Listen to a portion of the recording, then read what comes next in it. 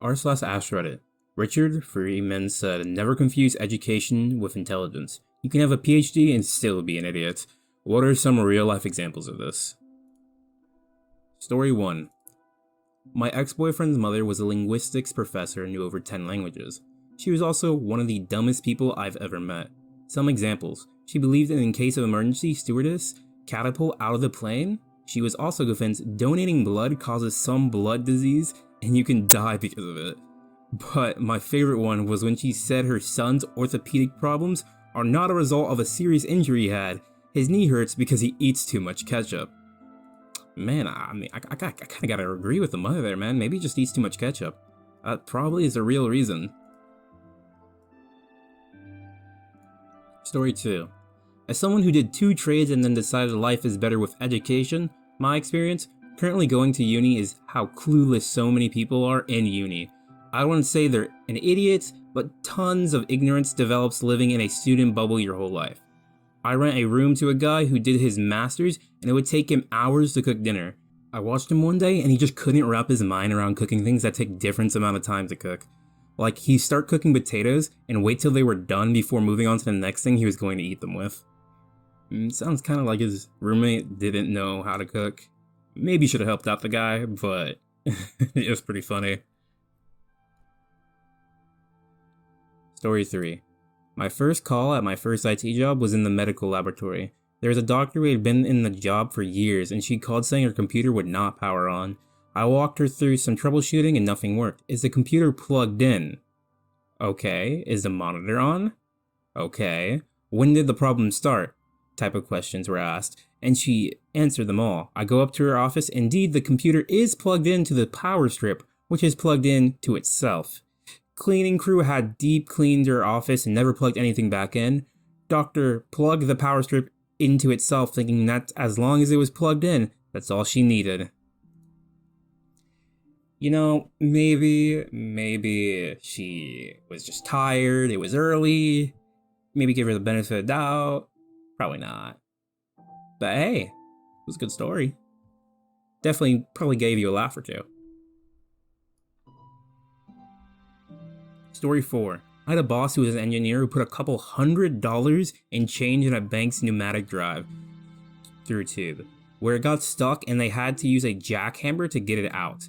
He's upset that the bank was charging him for this because he didn't know this would happen. They had large signs saying not to put change in the tubes, including on the tubes themselves. Story 5. I went to 3 ERs when I felt something was wrong with my arm. It felt like a bug bite day 1, and by day 4 a bungee cord from my elbow to my wrist. 3 doctors said it was a skin irritation or dermatitis. I kept telling them something was wrong. I have no medical degree. I work in property management. Day 5, I walked into another ER and said, I don't care if I have to pay out of pocket or sit here all night, but something is wrong with my arm. Finally, after many rude looks and comments, I was given an ultrasound of my arm, then rushed to a MRI, then told I was being admitted. 3 blood clots in my arms, 2 in my upper chest, and 1 had passed my lung already. Diagnosis with factor 2 gene mutation, 22 days later, blood clotting disorder. Sounds like I've seen a lot of these stories where like medical professionals don't do right. I don't think this is very true all the time. I just think sometimes it's unfortunate that people don't really deserve their degree. Story 6. I was at a keg party at college and the gravity keg was set up. Someone complained that the beer was not flowing, so I checked that the keg was still almost full. Turns out someone closed the air intake on top. I opened the intake and poured myself a beer, problem solved. A few minutes later, someone else complains the beer is out. I told them the keg was full a few minutes ago and it was a tap problem that I fixed. They told me they came for the keg. I go back to the keg and find the intake was closed again. Opened it and poured the young lady who said it was empty a beer. As she's leaving, my suite mate comes in and goes to the intake can, closes it. Now, my suite mate is a straight A student who gets all A's mostly due to his photographic memory. Back to the keg, so I tell him that he needs to leave the intake open to let the air in to displace the beer coming out of the lower tap. He then proceeds to tell me that since the beer is carbonated, air is not needed to replace the liquid volume lost when the beer is displaced. So I asked him 2 questions. If it is not needed, why is there the upper tap? And does he really think the amount of gas the carbonation gives off in a glass of beer is equal to the volume of the liquid of beer? He thought for a few seconds, and his only response was, I have a 4.0 GPA. What is your GPA? Then walked away. Sounds like your mate was a bitch. Yeah. People who think they're really smart because they have a high GPA always makes me feel really weird, like you're not. I've seen people with plenty of bad GPAs who are way smarter than me, and they had way lower GPAs than me. It's not even a question. That GPA means nothing, man. Story 7. My wife's stepfather was a chemist who currently has diabetes. One night he went to the ER because his blood sugar was dangerously high. He claimed he was eating well, he normally doesn't, so there's no reason why his blood sugar was high.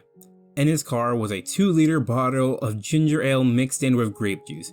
He said that the two canceled their sugars out, and we didn't know what we were talking about because he was a chemist and he knows how to combine things. Man, I really hope this one's fake. This is funny as fuck, though. Yeah, 2 positives, cancel out to a negative. I don't think that was how math worked, but yeah, that makes sense. Story 8. I worked IT for a hospital. I was speaking to a doctor who forgot his password. While he was spelling his name phonetically over the phone, he said Z as in xylophone. Needless to say, my eyebrows raised. For those of you who don't get it, xylophone does not start with a Z. Story 9. I worked in a software development for a major chain of a hospital. One of the executives, MD, asked me to make a substantial UI change to a product owned by Mickeson. Them. Just change the colors, it's simple, my teenager could do it. Me, I can make the request of the vendor. Them, that's ridiculous, you just need to go in there and change it. Out of spite, I made the request with the vendor and they came back with a quote that was more than 2 liver transplants. The executive told my CTO I was being difficult and couldn't perform simple tasks. He literally did not understand that the vendor's software was different than a mix website. To be honest, I understood nothing of that last one. Brain just couldn't really understand that reading. I'm not really that smart, as you can tell. Story 10. When I worked in a hospital administration, I was told I needed to code up a game for iOS and Android from scratch. In 2 weeks? This direction came from an MD, a C-level executive, and a lawyer. At the time, I had no coding skills to speak of. I was just a young person who liked computers and could do HTML. I didn't even work in IT. This conversation with them about how it would be impossible was interesting. Okay, for anyone who doesn't understand what he was asked to do, imagine asking a person on the side of the road who's using their phone, hey, could you make me a nuclear bomb without any prior knowledge? It's really stupid, but it's pretty funny. Story 11. I worked with a girl that graduated from Brown. She would never shut up about it. Always Brown this, Brown that. I went to a state college, and it was apparent that she looked down on anyone that didn't attend an Ivy League school. So one day she was doing that, and I just couldn't stop myself. And I said something like, oh, you went to Brown? And yet here we are together in the same place, doing the same job. Story 12. My college roommate, smartest person I've ever met, spent nearly an hour trying to shovel a desk back into the corner of our room at an angle. She wouldn't listen to me because, in her words, she got this. After she finally gave up, I walked over, pulled the desk out completely and straightened it with the wall and pushed it back in, one movement, no struggle. Many a time we had where I realized she might be the smartest one, but I got more common sense. Definitely seems like OP's got more common sense there. Story 13. Peter Duisberg. Molecular biologist who works as a researcher at UC Berkeley and has an otherwise stellar career and well known for his work. Became an AIDS denialist, claiming there's no link between HIV and AIDS. leading countless people down the rabbit hole, including many who were HIV positive. These individuals ended up infecting others, refusing intraveno therapies. This includes an AIDS denialist activist named Christine Maggery, who infected her infant through breastfeeding, thinking, hey, it's not that big of a deal, it's just HIV, it doesn't cause AIDS. That's just a little sad, but also, I couldn't read whatever antiretroviral therapist was. Oh, antiretroviral, yeah, something, I don't know. Deal with it. Story 14. I worked with a climate scientist who could analyze climate data like nobody's business. But if you wanted him to do literally anything else, you had to hold his hand the entire time. Zero common sense, too. The senior staff at the office idolized him because of the PhD after his name. But one time he was in a car accident in a work vehicle, also his fault, and I asked for a copy of the police report for insurance purposes. And he said he didn't get one because I thought you handled that. Why would I, who is not present at the time of the accident, have the police report that was written at the time of the accident? The other guy that ran into you has one.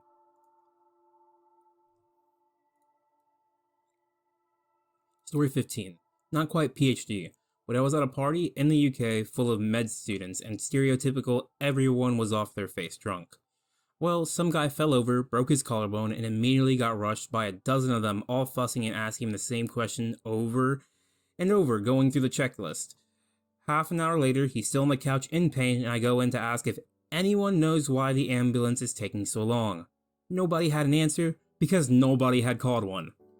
A party full of med students hadn't called an ambulance or made any transport arrangements for a guy in severe pain with a broken clavicle.